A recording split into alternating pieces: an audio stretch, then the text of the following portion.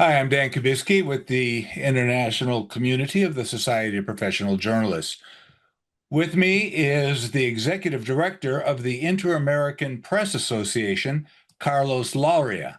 Today, we're going to talk about the situation in Central America. Carlos, first, thank you very much for being here. Really appreciate you taking time from your schedule.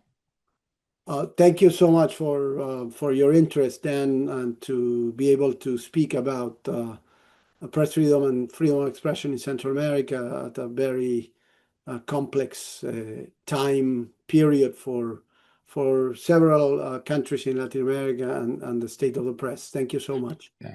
Well, always glad to have you. I mean, I think I've told you, and a lot of people know, I do have a special fondness for Honduras because I had lived there for 3 years while my wife was the U.S. ambassador, and we were doing a lot of work on behalf of journalists and human rights. Honduras is coming up on an election. And the IAPA has expressed concerns about threats to journalists covering that election. Could you just talk a little bit about that and what you're seeing as the situation at this point? Sure. Thank you.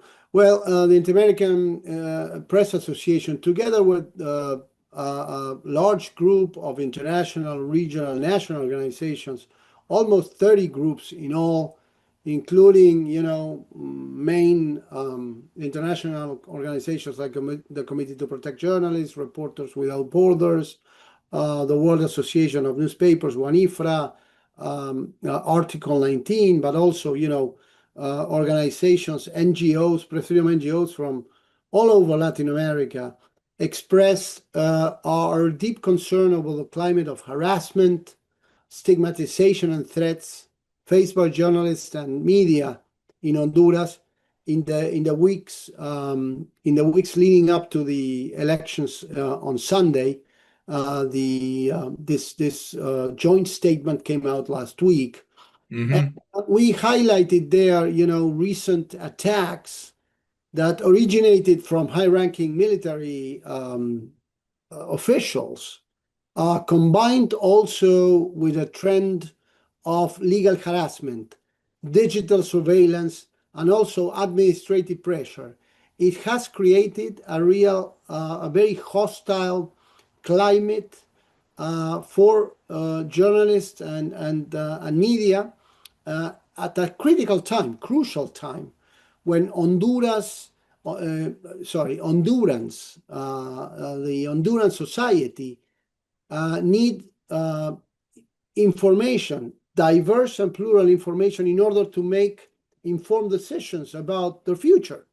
So this climate of attacks against the press, we said, together with all these prominent groups, international, regional, and national, that are incompatible with international standards on press freedom.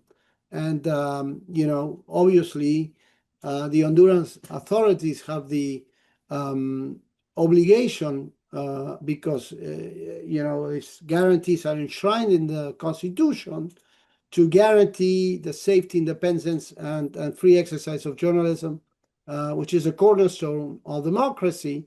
And the current climate, in the current climate, in journalists Hmm. are really restricted to do their jobs. Yeah. But this is not something that has just recently occurred in Honduras. It's always been a dangerous place for journalists. Reporters Without Borders listed as one of the most dangerous countries in the Americas for journalists, though I think some of our friends in Mexico might disagree. Um, what is some of the background? I mean, there seems to be uh, a lack by the government and by the military, as you said, to respect journalists' rights. What has been building up on this? Well, yes, you had to go back several years, but yes, Honduras in the last decade or so, has become a very violent place for journalists. I mean, it's one of the countries in the Americas um, where the crime rate is really high, where murders are frequent and they Mhm. go unpunished. Impunity uh, Right. and pervasive corruption, official corruption, and in the armed forces and in the police force. So Right. now, in the last decade or so, there's been a number of murders, of journalist killings that most of them have gone unpunished. So impunity is the norm. Um, on top of that, you have judicial harassment.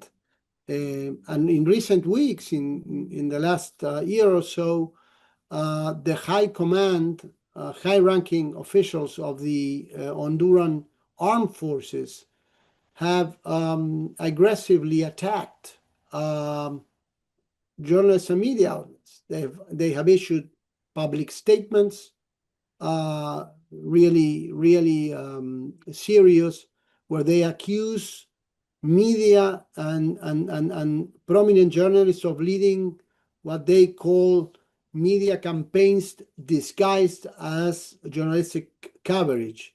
Um, and these statements are combined with allegations of um, you know um, of links with organized crime structures, and Mm. this in the current context where the polarization is really deep, and there's attacks between the government and the opposition. This act of stigmatization aimed at discrediting and smearing journalists and media could, really pose grave dangers for press, to the press and the media that are already suffering serious attacks. No, so this is really serious. We hope that the situation, in the coming days and um, during the day of the elections, um, that media and journalists are able to provide as much information, with plurality, with diversity, so the Honduran society are able to exercise the rights to access information that is critical for the future. Right. It's interesting you mentioned, hoping that Honduran society will be able to exercise their rights and their liberties. Uh, because my understanding is in Honduras, it's not just the journalists who are under attacks this way. Many of the civil organizations that monitor elections, monitor government actions, they're also being harassed. But let's face it, journalists are the only ones who tell the story to the public so that this information does get out. But I just want to be clear that it's not just the journalists who are being attacked here. It's the entire structure It, of a civil society. that's correct, and but again, the media are in a unique position. No, they are responsible for providing information at a critical juncture for Honduras, and they should be able to do it without a fear of physical retribution or political interference, right? And the recent wave of attacks and the impunity surrounding cases of journalists who have been threatened, attacked, and killed, you know, sends a chilling message to journalists and the media. And, Right. we have documented in the past what are the consequences of that, no? And that's, the chilling message, can foster an environment where journalists and media self-censor themselves. And this, is has very negative consequences, not only for journalists and media themselves, but for the ability of Hondurans to engage in a discussion, robust discussion about Right. main problems affecting them, right? That's Right. that's what's at stake here, and the problem is, the inability of Honduran society to be able to engage in a debate, public debate about the issues that are really affecting them, it's has a direct impact in the quality of the democratic system. Uh, Right. the cornerstone of democracy. So, Right. that's the main problem here. No, it's not that obviously the IAPA, as well as the organizations that joined IAPA in this statement. Our main goal or our mission is to promote and defend freedom of the press and freedom of expression. Of course, but this is basically the fact that there are so many restrictions for journalists and media to be able to report the news. Hmm. Is creating a problem for democracy, not only for journalists and media. Right. And I'm glad you used the term of journalism and free press is a cornerstone to democracy, because this is a message that the SPJ, the CPJ, IAPA, all the journalism organizations, this is kind of the cornerstone of our message, as well as we talk to the general public as well as to our own members.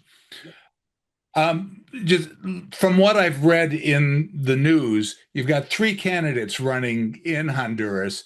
You have the incumbent, a candidate for the incumbent Libre Party.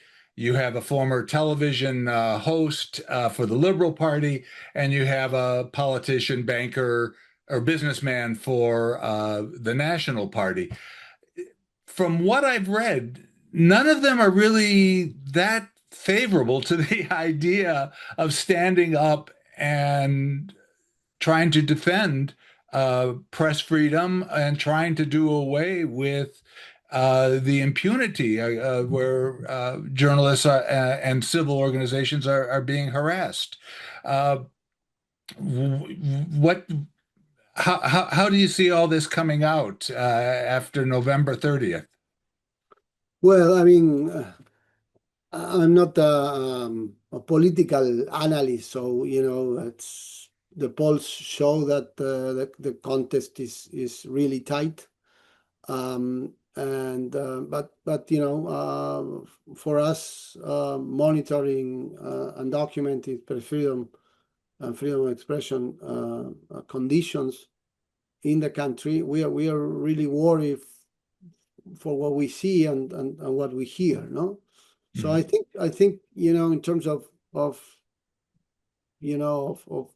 what we have expressed in that statement, we have some very concrete recommendations that include, the importance of access to information. No, so we called on Honduran authorities to ensure that all media outlets, without distinction, can cover the elections, the events that are taking place previous to the general elections, and matters of public interest without restrictions, reprisals, or censorship. No, and urging the armed forces to refrain from any act of stigmatization, which is creating, fear and intimidation. No, that Right. that it's important that these attacks are investigated, as well as threats. And those officials that are responsible for attacking or threatening journalists should be prosecuted. It's important that there's a protection system at the national level for human rights defenders, journalists, and justice operators. We know from our sources and our partners in Honduras that these protection mechanisms don't have the necessary resources, nor the autonomy or the response capacity to deal with the issue. So I think that it's important that the authorities and the new government takes this into account. It's important to provide the national protection system of adequate resources, the response capacity, and the autonomy necessary to be able to function. No, I Right. think that it's important in this context where polarization is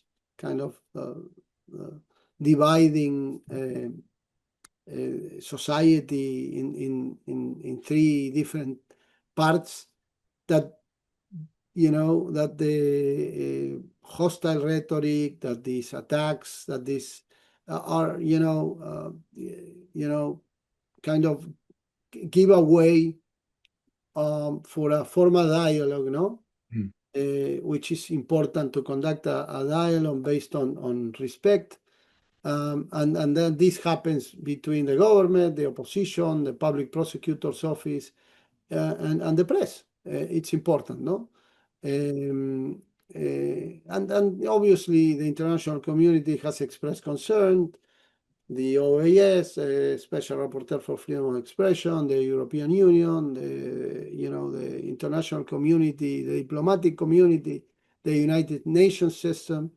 They have to obviously follow and urge electoral observation missions to include in their reports specific monitoring of the situation of press freedom and journalist safety during the electoral process and after that.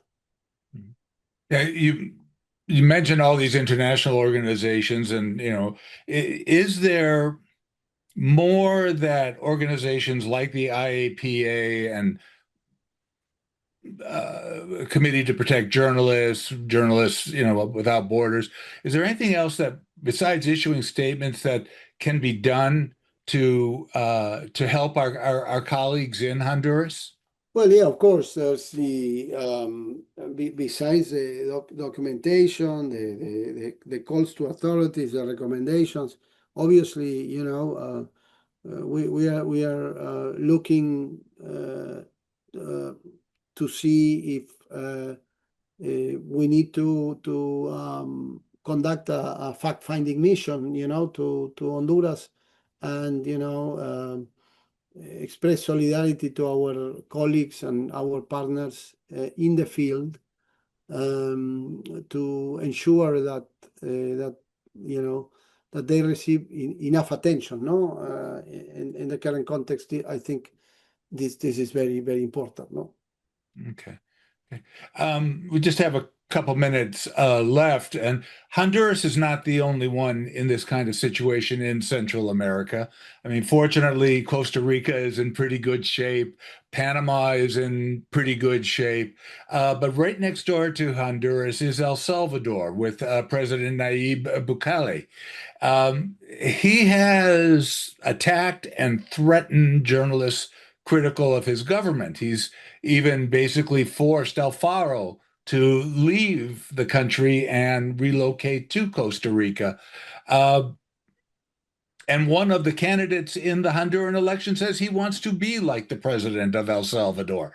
Uh, what can be done in terms of helping, in El Salvador as well? And is there any update on the situation there? Well, I mean, Peripheral in Central America, I mean, is facing its most complex moment in, I would say, in decades. No, we are watching a combination of threats, censorship, judicial harassment, violence, and new ones, no, including digital repression, uh, waves of lies and disinformation that they run much faster than news and facts, and mass forced displacement and exile.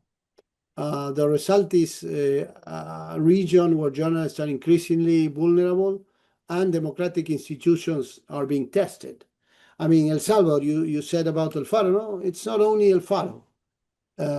Since May, we have documented over 50 journalists being forced to flee the country because of threats of persecution and jail. So what has happened there is dramatic.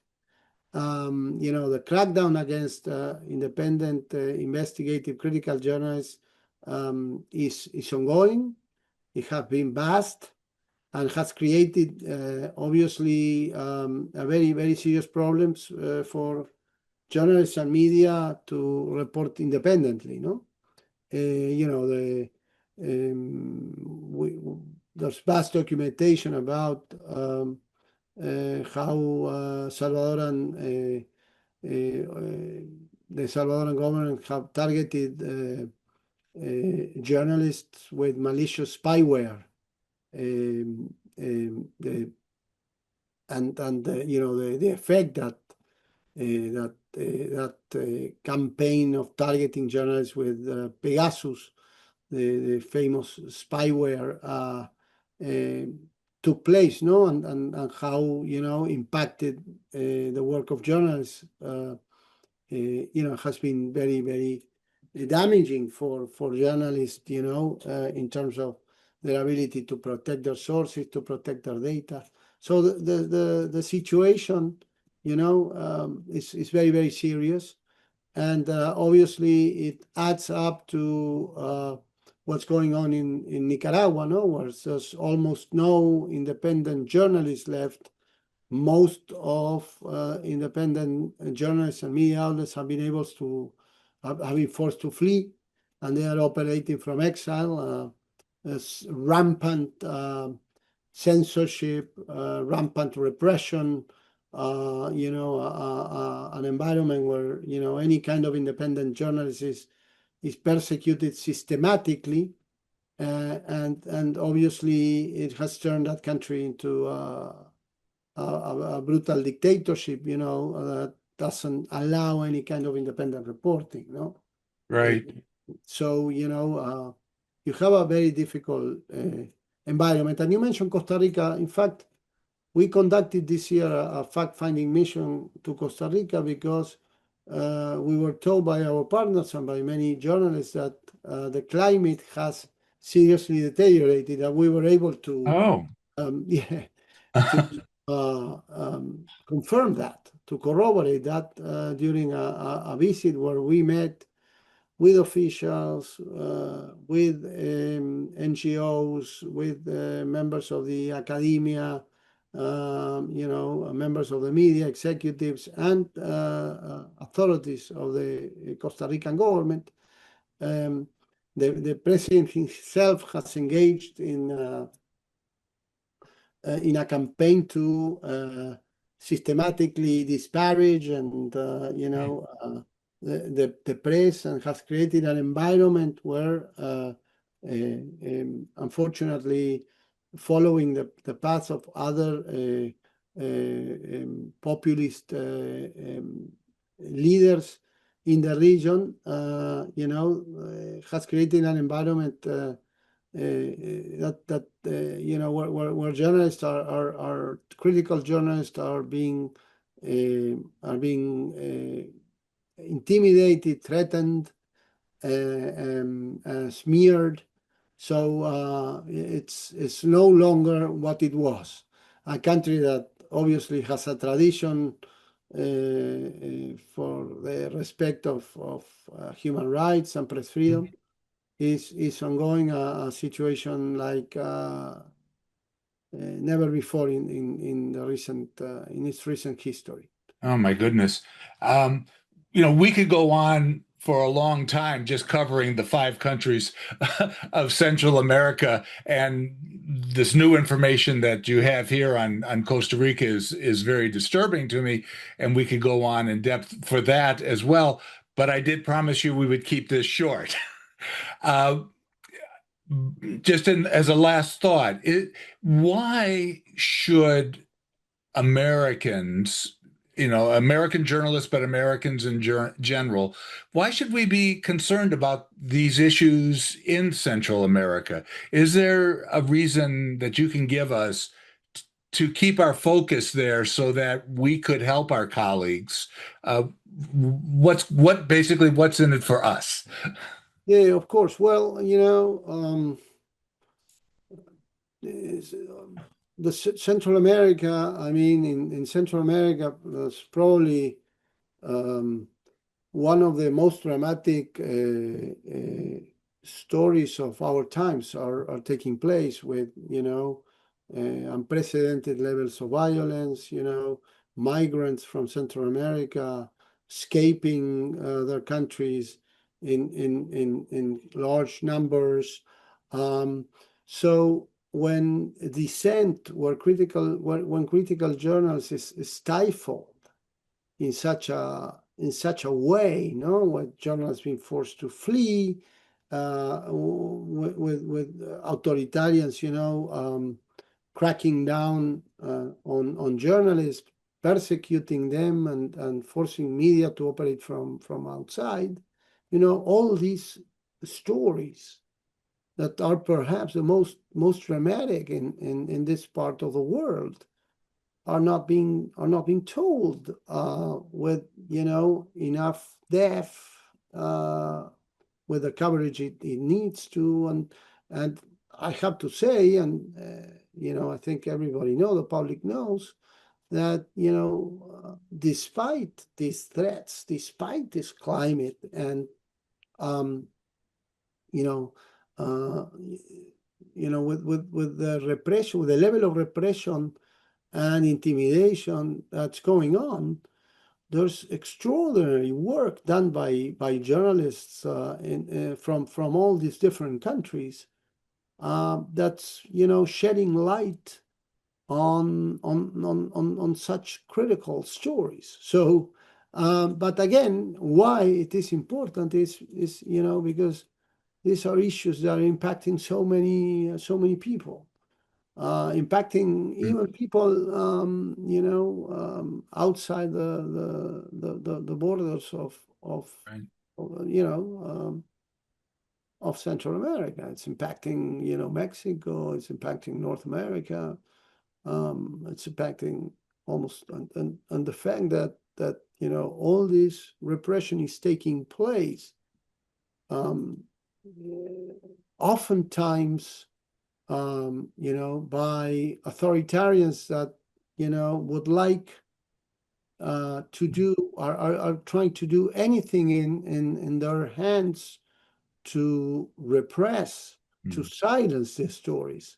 Um, so that's why I think it's so important, uh, right. for the public in general, not only in the Western Hemisphere, but around the world, to be aware of the struggle of journalists in Central America, um, because their stories are so important. Right. Um, Carlos Lauria, Executive Director of the Inter-American Press Association. Thank you very much for taking time. Hope to have you back on. We can discuss more Central America. We could also discuss South America. There are so many areas that where press freedom and safety for journalists are of growing concern. I would love to be able to continue the conversation with you. Thank you very much. It would be great to continue the conversation, Dan, and very much appreciate to you and the Society of Professional Journalists for their interest, your attention and the attention of your members is so critical. In particular, because the situation in the U.S. at this time, it's also really worrying. And, based on what's going on in the Americas, in the US, I think a lot of the lessons from Latin America can now be applied in the United States. So Yeah. thank you so much. Yeah, very much so. Again, thank you very much for your time. I know you've got a lot of work to finish up before you can take time off for Thanksgiving. And we hope you have a great Thanksgiving with you and your family. Thank you so And to much. you. All right, take care. Take care. Thank you. Right. Bye, Dan.